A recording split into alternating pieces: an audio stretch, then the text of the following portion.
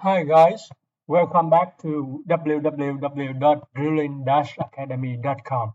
So as to continue the series of Mpd managed pressure drilling, in this session today I'm presenting you another interesting Mpd's application, which is CBHP, short for constant bottom hole pressure.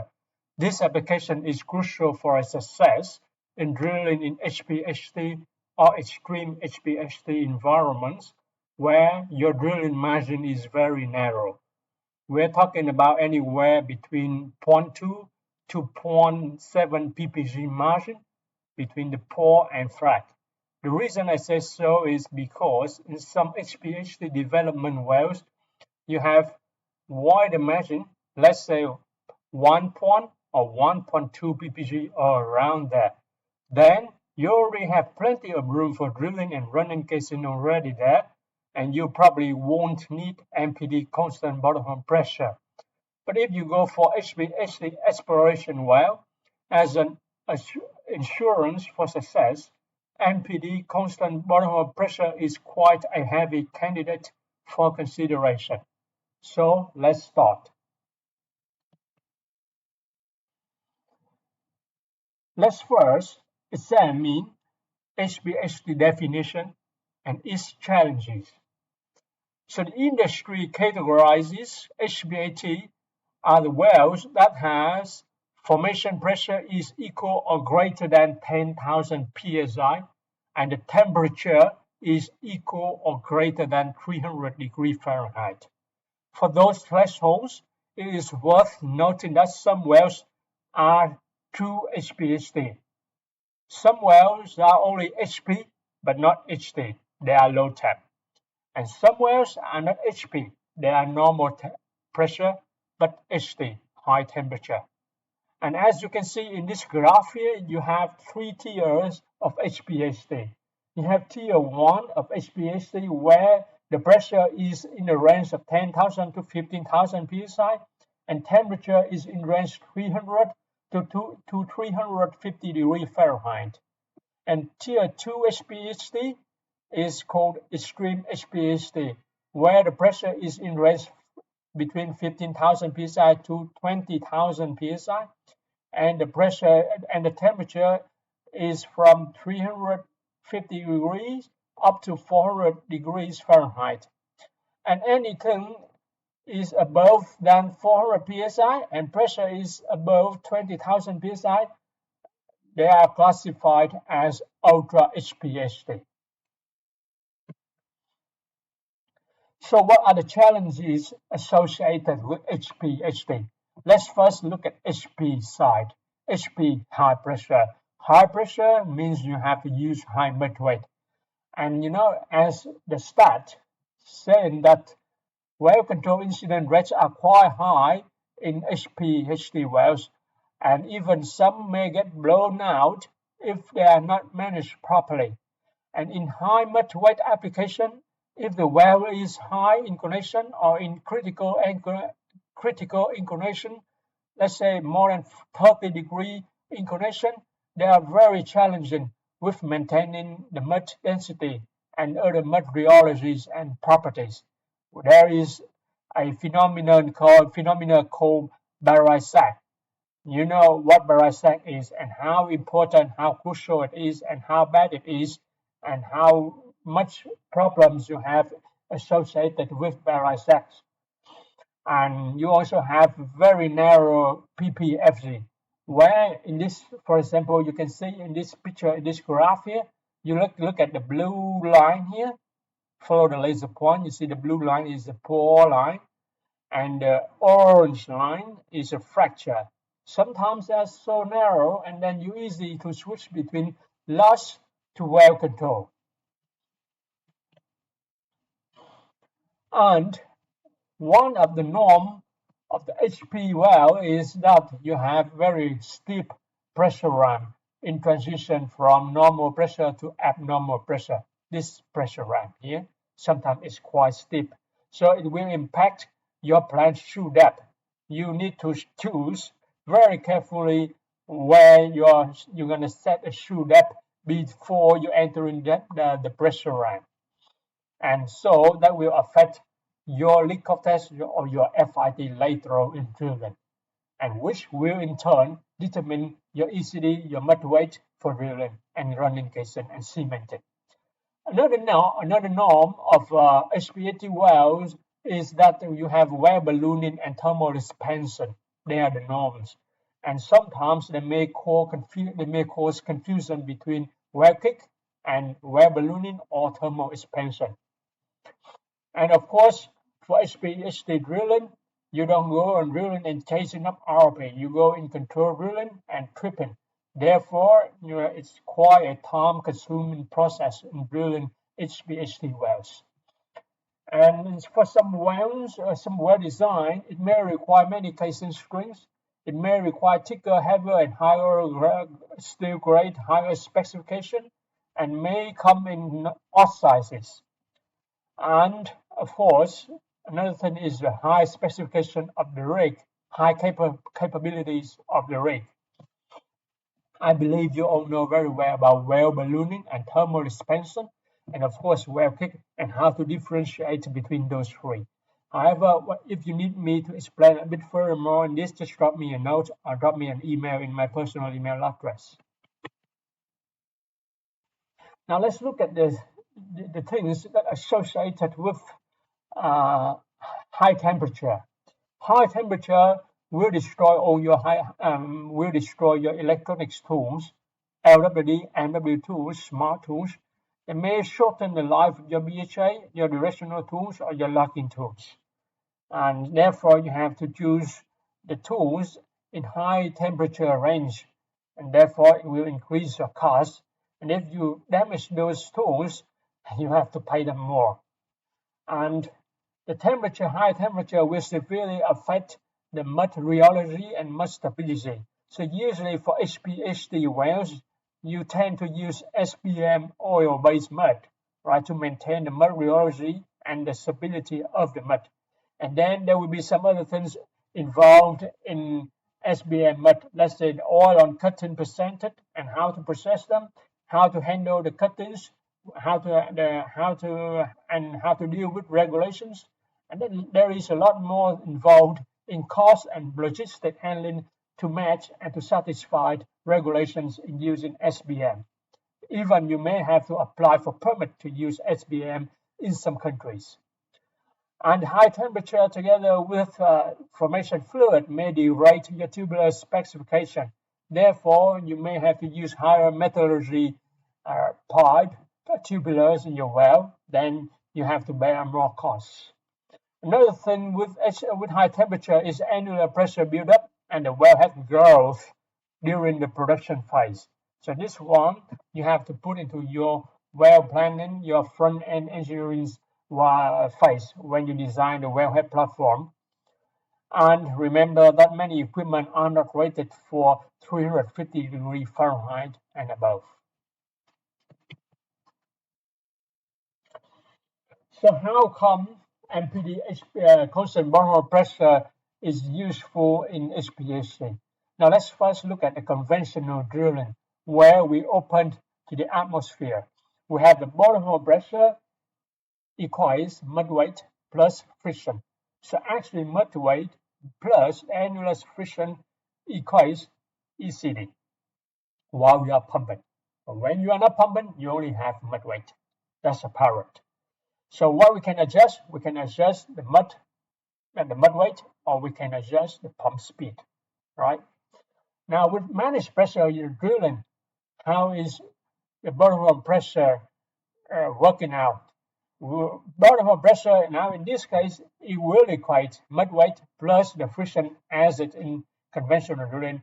But now we will plus in the back pressure. The back pressure is what we intentionally put into the well. We impose it into the well. So now we can play with the mud weight, we can play with the pump speed, and we can play with the back pressure, which is imposed intentionally by us. So then we will have less interruption to the drilling head process. Now let's first look at this example of Ppfc profile. We can see that in this region here is very narrow. So let's take a look deeper inside. All right. So between this shoe and this shoe here, I don't know what size of the shoes are here. Okay, it's in here. But let's just look at this interval first here. Right. We have probably around 0.2 to 0.3 drilling margin here. Imagine when you kick the pump on, you already get there already. Let's say if you use 10 ppg mid weight, I don't know how much here, but let's just make a number of it. Let's say here 15 ppg mid weight. You kick the pump on, you easily already get 15.2 already, easily. So it's very hard to drill here without getting losses. And let's say if you get a kick, you're never sure about how much pore pressure here. This is what the prognosis from the geologists. This is what they give you. And how accurate it is, that's a question mark, and it waits for you to answer in reality drilling. So 0.2 or 0.3 ppg drilling margin here is quite narrow. And then you come down to this section between this shoe here and this shoe here, you have much wider. You have up to here, let's say 0.6 ppg or 0.7 ppg window for drilling and running casing. So this is much better now, it's much wider. But to get through this section here, for drilling ahead and for running casing and cementing is quite challenging with 0.7 or 0.6 ppg drilling margin here. So let's take a look deeper. How useful is constant borehole pressure? Now let's look at this line here. The bottom line here, the cyan color here is the pore pressure. And the blue line, dotted line on top here is a fracture. Let's just normalize them out, a stable value here, right? ECD is when we are drilling, we have the pumps running. When we stop the pump for connection, the borehole pressure will drop down to ESD. ESD is equivalent static density, which is simply your downhole mud weight. All right, it could be a little bit it could be a little bit different from the surface mud weight due to the thermal effect downhole. All right, so you see, you lose this much of pressure downhole here. All right. So now in constant borehole pressure, what you do? You will use a near or at balanced mud weight.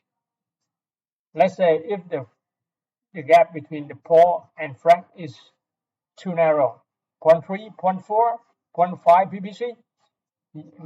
Therefore, you have to use, let's say if the pore pressure is already 17 ppg, you use maximum 17.1 ppg for drilling and running casing stuff, right?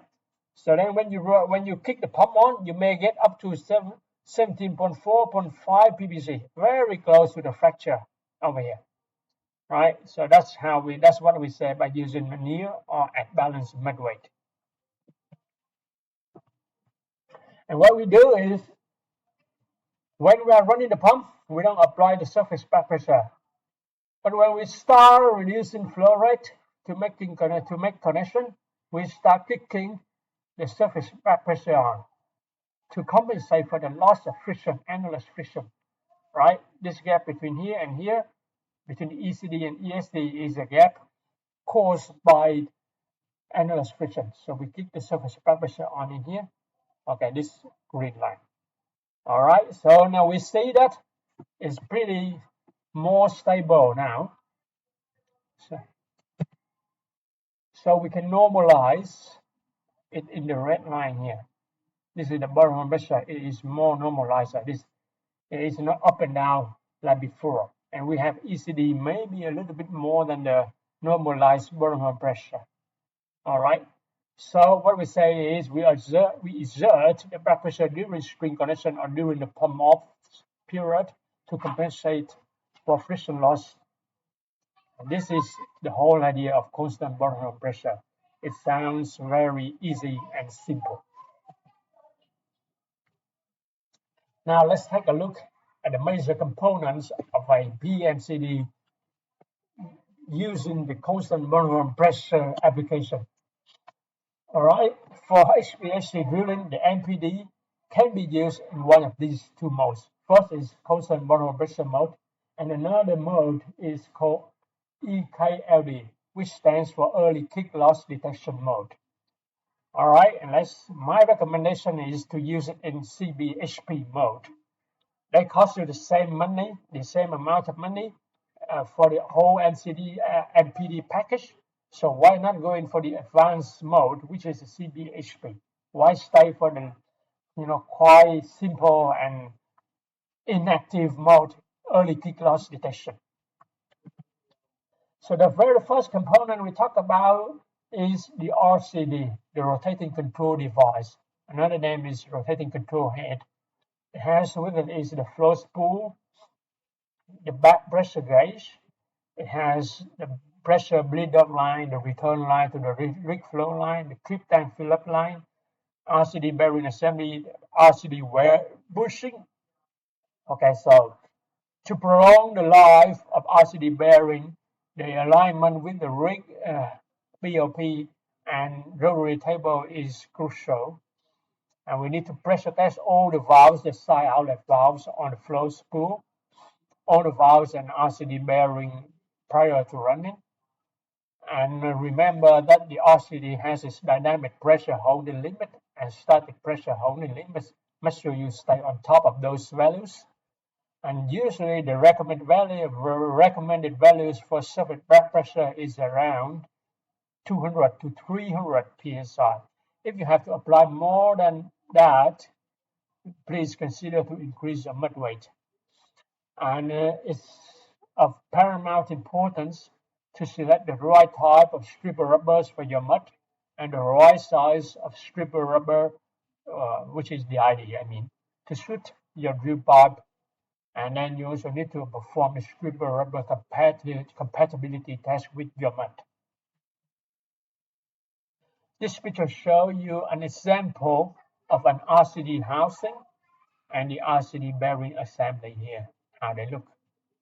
It depends on the manufacturers and the service providers, so they may change in shapes and size, but basically this is how they look. All right, and then here are the pictures showing you a standby RCD bearing assembly being racked back in the derrick here, and this is a RCD and flow spool on top of a BOP. This is on a surface application. For subsea Mpd and deepwater Mpd, it is a lot more complicated with equipment. So we will get into that into another session, another video. In here, we just simply cover the basics and the general principles of using constant bottom pressure in including HPHT wells. Okay, so let's see. Here we have different types of stripper rubbers. We have natural, which is used for water-based mud. We have HNBR, which is used for oil-based mud in high temperature application. And there is also polyurethane rubber, which is used for oil-based mud in low temperature, and Buildup, which is used for geothermal. And for the RCD housing and the latching mechanism and the sealing mechanism itself, there are three types of RCD. The first one we talk about is the active RCD. Active RCD, which is not self-sealing. It needs external pressure imposed onto it to form a seal. And the passive RCD is the self-sealing RCD. It doesn't need external pressure to form a seal. And there's another type of RCD, which is hybrid, which combines active and passive mechanism. The next important components are the Mpd Choke and the Coriolis flow meters, and of course the piping system. So the first is the Mpd Choke. The Mpd chokes, usually they are hydraulic choke, and there are two chokes. It's a choke A and choke B in the choke manifold. The Mpd choke manifold, not the well control, not the rig well control choke manifold.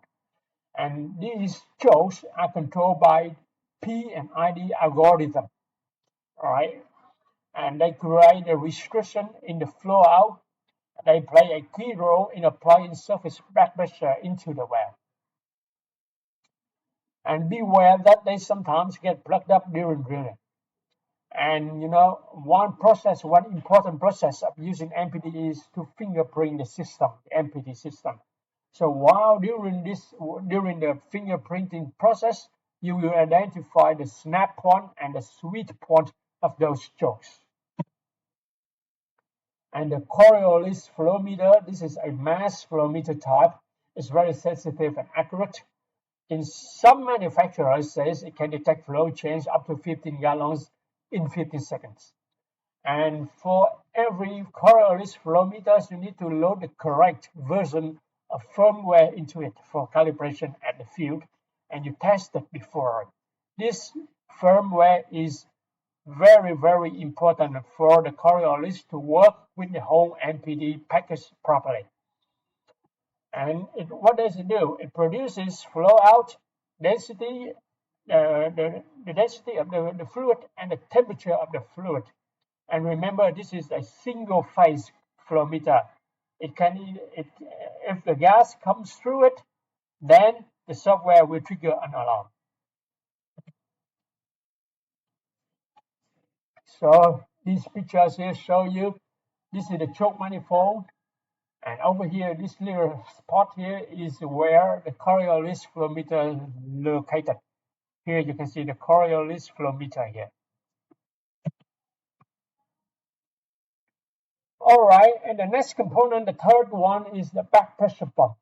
The back pressure pump is either provided by a dedicated pump, or they can use a mud pump, one of your rig mud pump, to act as a back pressure pump. So in this diagram here, I show you two options. You can actually hook up, you have a back pressure, dedicated back pressure pump, or you have a rig standby manifold in here, which is supplied from another rig pump in here. You have two lines in here, and there's the line here will be hooked up into the choke manifold in here, Mpd choke manifold here, to exert the back pressure into the well. All right, and now how the system works. The system will take the inputs from the standby pressure, the stroke counters. They will install their own stroke counters onto your mud pumps in here, to the stroke counters, to work out the flow input for the program. And this is the Mpd Control Unit. They have PLCs, they have microprocessors to work in here, and they have the human-machine interface here for the operator to work on it. And then they also take the pressure while drilling from the directional drilling company via WITS protocol. All right, and actually this is optional. Sometimes you have, sometimes you don't have. All right, and this is the Coriolis flow meter here. The Coriolis flow meter produces, as we said before, temperature, the flow out, and the density of the mud out.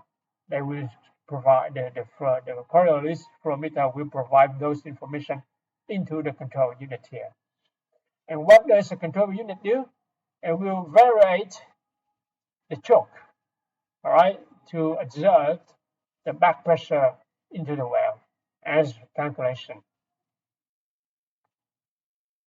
And also there is a readback from the surface back pressure is supplied into the control unit here. So the system can be set for auto control mode or not auto control mode.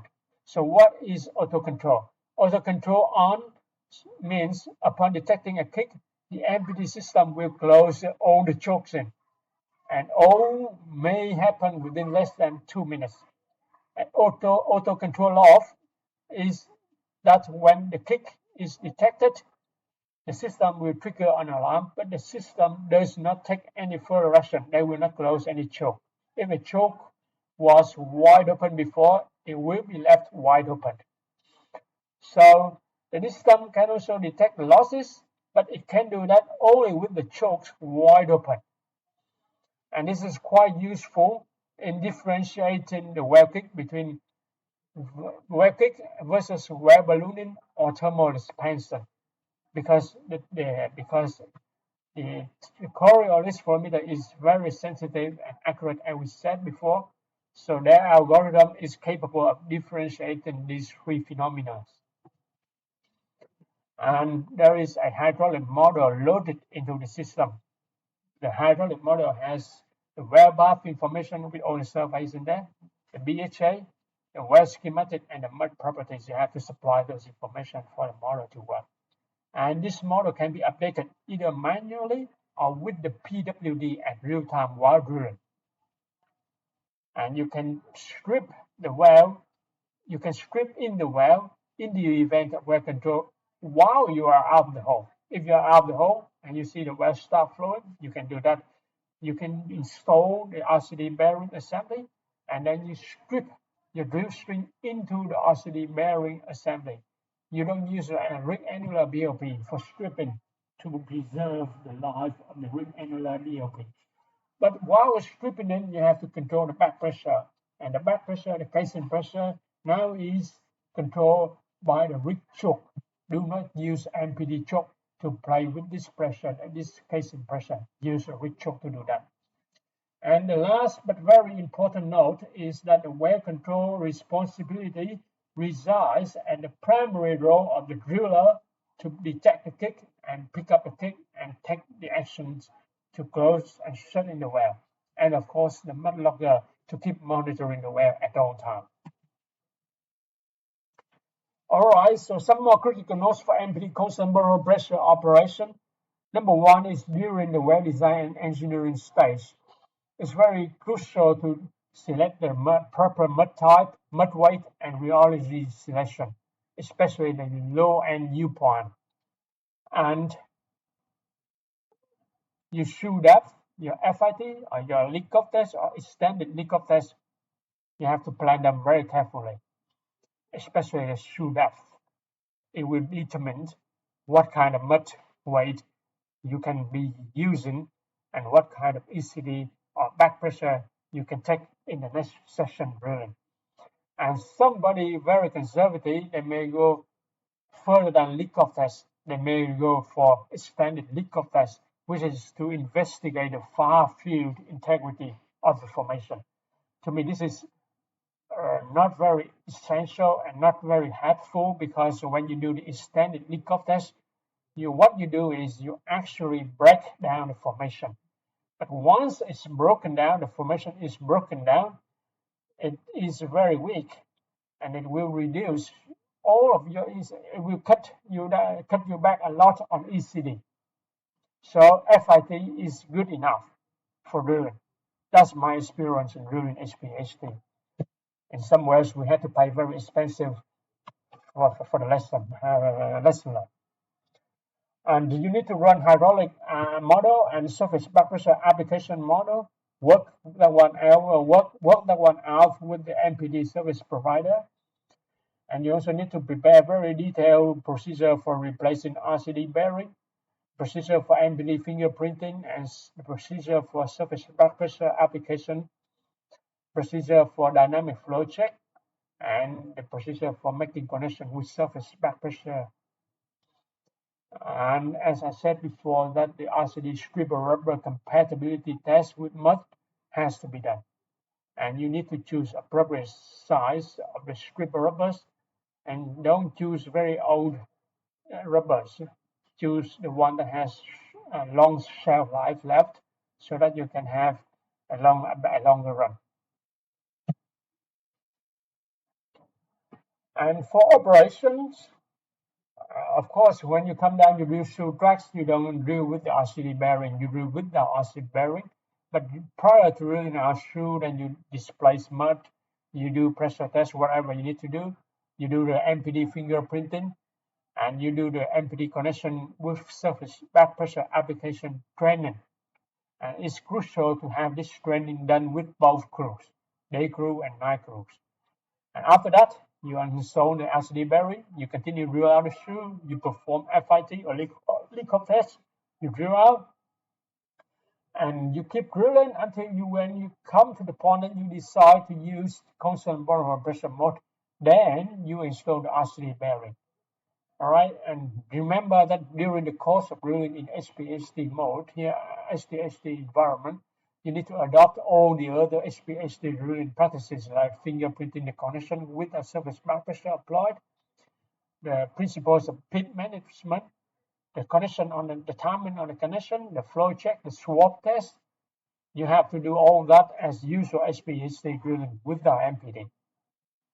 All right. And remember, Mpd is not a secondary well control. However, as I said, we can script through it while we contain the well bore pressure below the dynamic limit via manipulating the Mve Choke. Alright guys, I think that's pretty much covering major notes about drilling HPHT with Mpd in constant bottom pressure mode. I hope you did get some useful information out of this session and hope you enjoy it. If you have any comments, questions, corrections, advice, please kindly address them to my personal email address as in here. I appreciate your time and have fun. Thank you very much and hope I can see you soon in next videos about early practices, important practices in drilling in HPHT. Thank you and bye.